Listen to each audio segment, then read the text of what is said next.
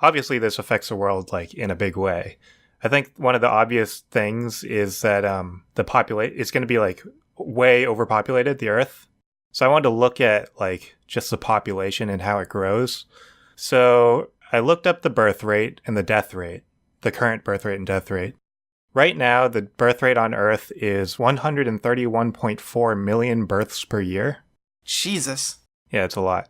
And the death rate is 55.3 million deaths per year. So the growth is 76.1 million per year. So it's still actually like a decent amount. Yeah, no, really that is. That's with people dying. But if people don't die, then it's just going to be, the growth rate is just going to equal the birth rate. Obviously, this is going to be a problem because the Earth can only hold so much. There's like a dispute as to how much the Earth can actually hold. Some people are saying as low as 4 billion and that we actually passed it already. Which, well, I think that theory might be just debunked. Yeah. And some people are saying it's up to like 16 billion, which we're getting pretty close. Right now, the world population is 7.6 billion. So I mean, we're glass like full, half empty. We're not even close in my book. I mean, in recent years, the population growth has been like spiking. Well, it's exponential because the more people that exist are the more people that are boning. Yeah. The more people making babies. Right. Exactly. So just with this current growth rate, or the new growth rate with no one dying, we would reach 16 billion in 64 years, which is not that far away. That is way faster than I thought that was going to be. Yeah. My first reaction to that was, that's the next generation's problem. Oh, wait. Nope. I mean, even if we did die, that would still be our generation. Right. The thing is, yeah, we don't die, so that capacity number is based on, like, food and water and how much food and water people need, like shelter and stuff like that. But people don't need that stuff anymore, so it's not really going to matter. That 16 billion is going to go way up. I think the only limiting factor is going to be the physical space that you have. I would argue that people will probably still want food and water and shelter quite a bit. They would still want it because they get like uncomfortable and stuff. You get really hungry, but I think eventually you get used to the hunger, and like if you had to, then you could go without eating. Fair enough. I guess that's true. Also, Ben, like, it's not really a choice people are going to make. It's the thing that's just going to keep happening. Yeah, it's just going to happen. Right, yeah. I saw a statistic, and who knows if this is cited or true, but it was saying that 48% of pregnancies in the United States are accidental. That's pretty crazy. And not like it's like a soft accidental, not like, hey, I'm a teenager and you're like, oh my god, we're having a baby. Like, but people just like, oh yeah, we weren't really planning on having a baby right now, but she got pregnant, so whatever. So even if you assume that people will stop trying to have babies as much once this population growth starts happening, they'll be unsuccessful a lot of the time. Yeah, people might stop trying to have babies, but people are not going to stop fucking. Right, exactly, yeah. People will stop eating, though, because food is just going to probably disappear. Yeah, so the only limiting factor is the amount of space. So I wanted to look at how much space, or how much physical amount of people the Earth can hold. So the surface area of the Earth is 196.9 million square miles. And 30% of that is landmass. So just based on those numbers, if we had 16 billion people on the Earth, everyone would have 103,000 square feet per person. So there's a lot of extra room based on 16 billion. If we give everyone a 50-foot by 50-foot area, which that's like a decent sized lot for one person, right? You have room to move around and stuff. Yeah. We can fit 657 billion people on the Earth, which is way more than 16 billion. So with this new capacity and the new growth rate, it'll take 4,942 years to hit that. And like Marcus said, it's going to be exponential, so that it'll probably be a little less than that. I'm going to assume like 2,000 years, which is still a good amount. The thing is, 2,000 years, nobody can die. We'll still be around in 2,000 years, so it'll still be a problem. So, right, we don't need food and we don't need water. We also don't need air, so we can actually live underwater. I originally looked at the 30% of landmass on Earth, but we can actually include the surface area of the water, too. So with the new surface area of the Earth can hold 2.2 trillion people. And I didn't look into, like, people living on top of each other. Right, yeah. In the water and stuff. I just did like the surface area.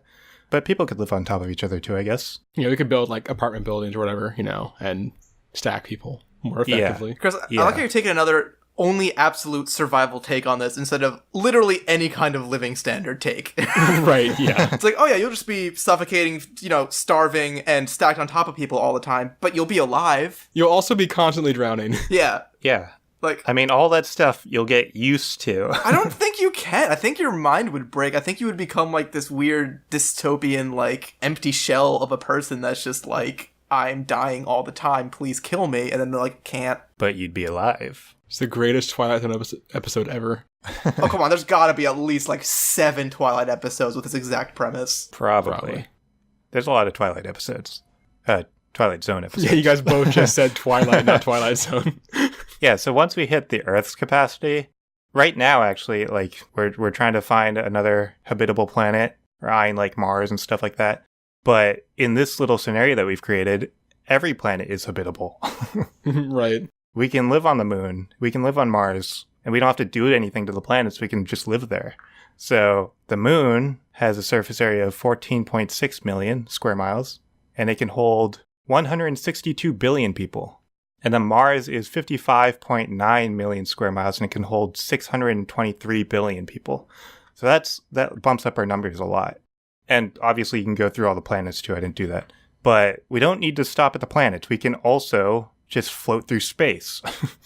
We can just live in outer space. You are really stretching the Yeah. I mean, no one can die, so obviously our population is going to keep on growing and growing and growing. We need more space. We gotta put them somewhere. We have space. We have outer space. There is going to be a limit somewhere, though, because while these people, like, you have a certain amount of production that you're going to get on Earth. But once you're in space and frozen, I don't think you can fuck anymore. I think there will be a slowdown. That's true. You'll get used to being frozen. You'll adapt. I don't think you're going to adapt. I think you're just frozen. I think you're literally an ice cube and your limbs don't work. And you're definitely not going to get a boner. You can't get a boner in a chilly pool. You're not going to get one in space. Well, the people on Earth can still procreate. And they'll just, like, push the other people outward. Yeah, but, like, at a small rate. Like, you're not, like, the amount of things you can do on Earth is not going to relate to the solar system. Well, no, because we were saying that the birth rate was going to keep on growing because you'll have more people. And then eventually, I guess, we're hitting the point where you can't procreate in space, but you can still do it on Earth. So then that rate will just kind of even out. But it'll still be pretty high. There's no other way to pass the time when you're drowning underwater for all time, so... Yeah, so in space, if we look at living in space, the observable universe from Earth has a diameter of 92 billion light years. And that gives a volume of what we can see of the universe, 407 trillion square light years. I mean, cubic light years. Yeah, units are important when you're talking about light years. So if you give everyone a 50 foot by 50 foot by 50 foot space, then we can fit 150 tredecillion people, which is a number that has 43 zeros in it. Yeesh. I'm actually familiar with that number. Really? I had to look up a chart of big numbers. Do you guys ever play, like, those cookie clicker type games? I've seen them. So, like, those idle clickers where, like, you start off and, like, the one I'm thinking of is cookie clicker. So you click a cookie and you get one cookie. And once you have, like, 10 cookies, you can make, like, you hire a grandma who bakes, like, one cookie a second. And then you have, like, a cookie machine going. But the way the game scales, like, it just scales exponentially. So, like, after the cookies, you get, like, a cookie factory, which make, like, 100 cookies a second. And then you have 100 cookies a second, and now you're making, like, an empire, which is making, like, 10,000 cookies a second. And it keeps going, like, so far up that you're literally making, like, into these tredecillion numbers of cookies. So you've reached tredecillion? Yeah, it's a game about just making numbers big, which is really, honestly, what us and probably our listeners are super into. Mm-hmm. Yeah. We need to get that sponsorship going. It is our demographic. Yeah, so that would be the universe, living in the universe. And that's just the observable universe, so it goes further out. We don't know how big the universe is. But we will once we launch frozen people into it. Yeah. And the universe is expanding, so we just keep on getting more and more room. I forget who said it, but someone said that it is expanding at 150,000 miles per hour. That's actually not a lot in space terms. But it's a lot in people terms. if you're multiplying people. But is it a lot in infinite people terms? Space is big. I mean, I don't know. Maybe eventually we'll run out of space. And normally I would say that's not our problem. But in this case, it still will be a problem. So I don't know. I couldn't go infinitely into the future. But that was my final plan, was just to live in space. Yeah, Chris's research weirdly did not bring us beyond the known universe. We have limits.